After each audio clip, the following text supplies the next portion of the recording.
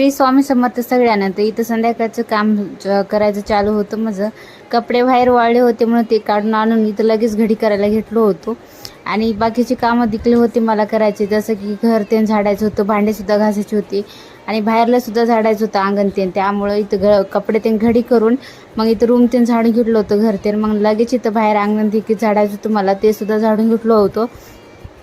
मग इथं झाडाला देखील पाणी टाकायचं होतं, मी काय झाडाला पाणी टाकलं नव्हतं. आणि त्याचे येलं खूप मोठे होऊ लागले, त्याला बी काहीतरी लावायचं होतं काठी ते सुद्धा लावून घ्यायचं होतं.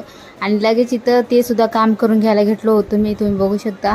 मग इथं कोणतं येल असं वरी जाते म्हणून त्याला काठी लावून घेतलं होतं. छान असं वरी चाललं होतं ते झाडं सगळे. आणि ते फुलाचं झाड होतं आणि ब्लू कलरचे फुलं येतात त्या झाडाला येलाला, त्यामुळं ते सुद्धा चांगलं लावून घेतलं होतं मी.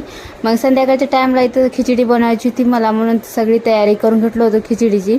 तरकारी ते कट करून घेतलो, इथं तांदूळ ते भिजू घाललो होतो. आणि लसणाची फणी द्यायची होती, मग लसण देखील कुटून घेऊ लागतो. तर चला मग आजच्याला एवढंच, भेटू उद्याच्या व्हिडिओमध्ये. बाय.